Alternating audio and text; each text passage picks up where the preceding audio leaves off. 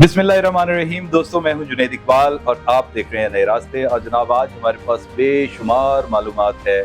एक तो मैं आपको बता दूं कि आए रोज़ कवानीन बदलते रहते हैं। हमने बहुत दफ़ा इसका इजहार भी किया। और देखें, हर कंट्री का अपना इमिग्रेशन रूल्स रेगुलेशंस होते हैं। और ये चूँकि बहुत सेंसिटिव मैटर होता है, एक तरह का विजिटर तो मेहमान होता है ना, तो उसने आना होता है, तो उसको कैसे ट्रीट किया जाए इससे पहले कि वो आपको मिसट्रीट करना शुरू कर दे। बहुत सारी चीज़ें होती हैं जो देखने वाली होती हैं।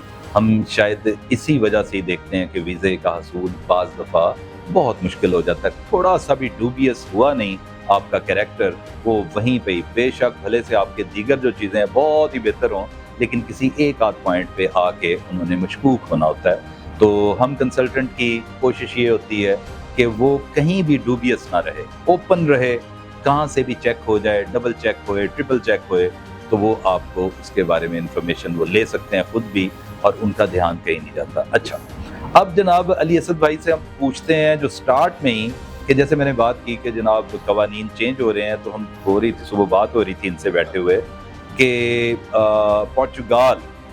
पोर्चुगाल के बारे में ये है कि जनाब उसके कोई कवानीन, उसके ड्यूरेशन में कोई अपना चेंजेस आ गई हैं। तो उसमें पूछते हैं जी अली असद भाई। जी, अभी ये हुआ है कि पहले आपको 5 साल बाद नेशनैलिटी मिल जाती थी। अभी उन्होंने इस टाइम को बढ़ा के 5 से 10 साल कर दिया। और जो सबसे ज़्यादा मैं समझता हूँ सख्त डिसीजन था, वो डिसीजन ये है कि पहले जब आपको टीआरसी मिल जाता था कार्ड, तो आप अपनी फैमिली को बुला सकते थे। अभी उन्होंने ये कहा है कि नहीं, आप एक कार्ड यानी 2 साल का होता है, 2 साल कंप्लीट करें, जब आपको सेकंड कार्ड मिलेगा फिर आप फैमिली को बुला सकते हैं। तो मेरा ख्याल है इस डिसीजन के बाद पुर्तगाल जो जाने वाले लोग हैं वो बहुत कम हो जाएंगे, क्योंकि पुर्तगाल के अंदर ज़्यादा अट्रैक्शन यही थी कि 5 साल बाद नेशनैलिटी। पूरे यूरोप में अभी किसी और जगह शायद ही कोई एक आधा कंट्री अदरवाइज नहीं है। तो अभी वो हो गया। दूसरा ये हो गया कि जब आप फैमिली को नहीं, यानी फैमिली रियूनियन नहीं हो सकती, तो इस वक्त तो मेरा ख्याल है अगर आप लोग प्लान कर भी रहे थे पुर्तगाल, तो आप ज़रा होल्ड कर लें अपने हॉर्सेस और थोड़ा सा वेट करें, क्योंकि अभी कंटिन्यूसली पॉलिसीज चेंज हो रही हैं वहाँ पे। तो मेरा ये मशवरा, अगर आप D2, D7, D8 कोई भी वीज़ा टाइप पे जाना चाह रहे हैं तो थोड़ा सा वेट करें। ठीक हो गया। अच्छा जनाब, बात हम कर रहे हैं यूरोप की, तो let's move on to Hungary.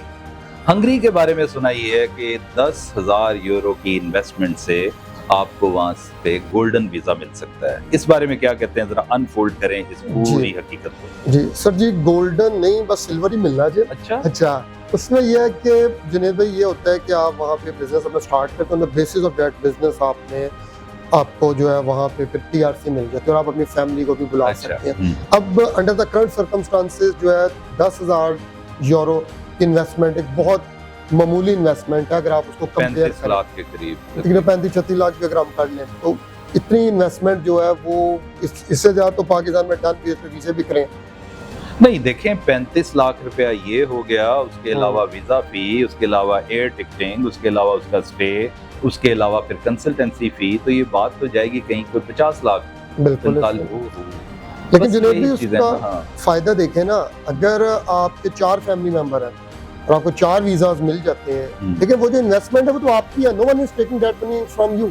वो तो आपके उसके अंदर पड़े हुए हैं पैसे, आपके बैंक अकाउंट में पड़े हैं ना। ठीक है। वो कोई ले तो नहीं रहा, मतलब वो तो आपने, इनफैक्ट अगर मैं वैसे बात करूँ तो कितनी बात बन गई, वो 20 लाख बन गया। चले, अगर हम 30 लाख हमारा सेव है, 20 लाख एक्सपेंस में अगर आपके 4 वीज़ा निकल आते हैं, तो it's not a bad deal.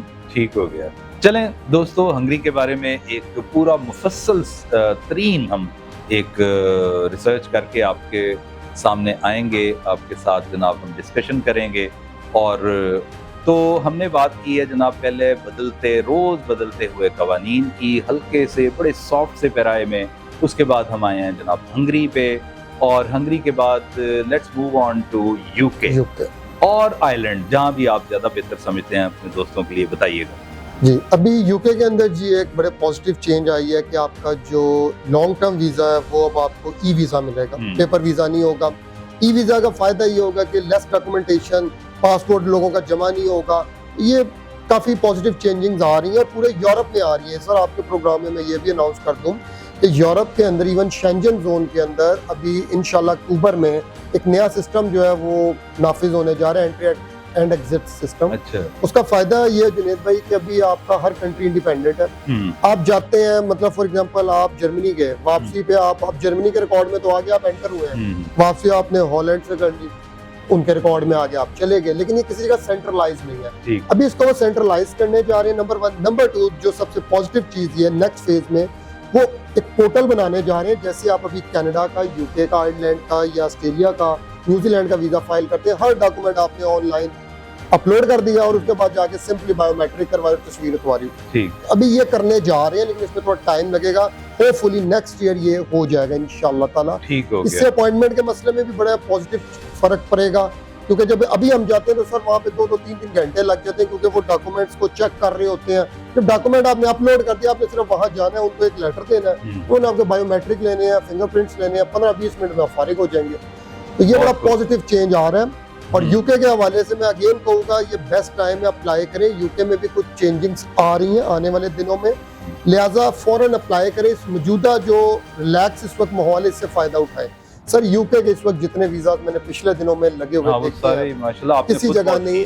हम खुद भी बहुत ज्यादा वो शेयर कर रहे हैं सक्सेस स्टोरीज। ठीक हो गया। अच्छा जनाब, last but not the least, वो है हमारे पास आयरलैंड।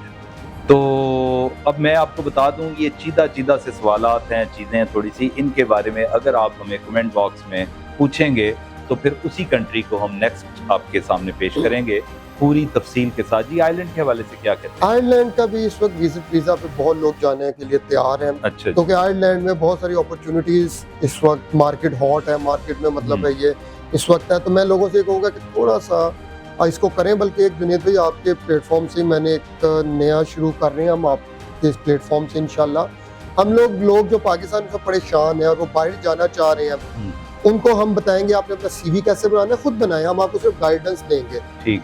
आपने अपना कवर लेटर कैसे लिखना है, हम आपको गाइडेंस देंगे, आपने खुद बनाना है। इसके अलावा आपने एम्प्लॉयर कैसे सर्च करना है, ये वो सारे क्वेश्चन है जुनेद में जो बार बार कमेंट्स में आते हैं। आपके प्लेटफॉर्म से हम नेक्स्ट आने वाले वीडियोस में एक एक टॉपिक को लेके उस पर हम डिटेल में ये बात करेंगे कि सीवी के अंदर क्या क्या पॉइंट्स होने चाहिए, कैसा बने, कवर लेटर में क्या क्या अपने पॉइंट्स एक्सप्लेन करने हैं, एम्प्लॉयर कैसे सर्च करना है। तो ये वो सारी चीज़ें जो इंशाल्लाह हम आने वाले दिनों में बताएं कि इन सबको इस्तेमाल करें अगर आप कनाडा जाना चाहते हैं, यूके, ऑस्ट्रेलिया, जहाँ भी। ये जो, क्योंकि पाकिस्तान से 90% लोग वो हैं जो अंडर कवर होकर जाना चाह रहे हैं। अंडर कवर से मुराद है कि विजिट वीजा के तहत जाना चाहते हैं और वहाँ जाके जॉब सर्च करना चाहते हैं या जॉब लेना चाहते हैं। तो हमारा ये जो आप लोगों को हम फ्री ऑफ कॉस्ट हम आपको गाइड करेंगे, करना आपने है। सही।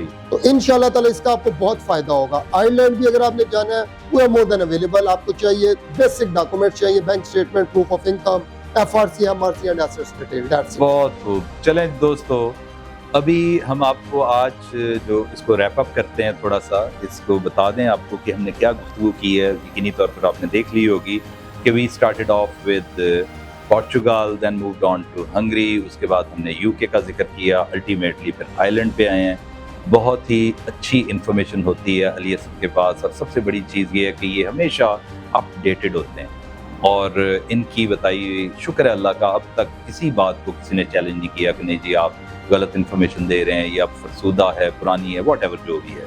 तो जनाब हम आपकी खिदमत में दोबारा हाजिर होंगे नेक्स्ट वीक में इंशाल्लाह, प्रॉबली ईदर मंडे और लाइक ट्यूसडे। ये अब आप हमारे साथ जुड़े रहिएगा। Stay tuned, until the next time, it's अल्लाह हाफिज़।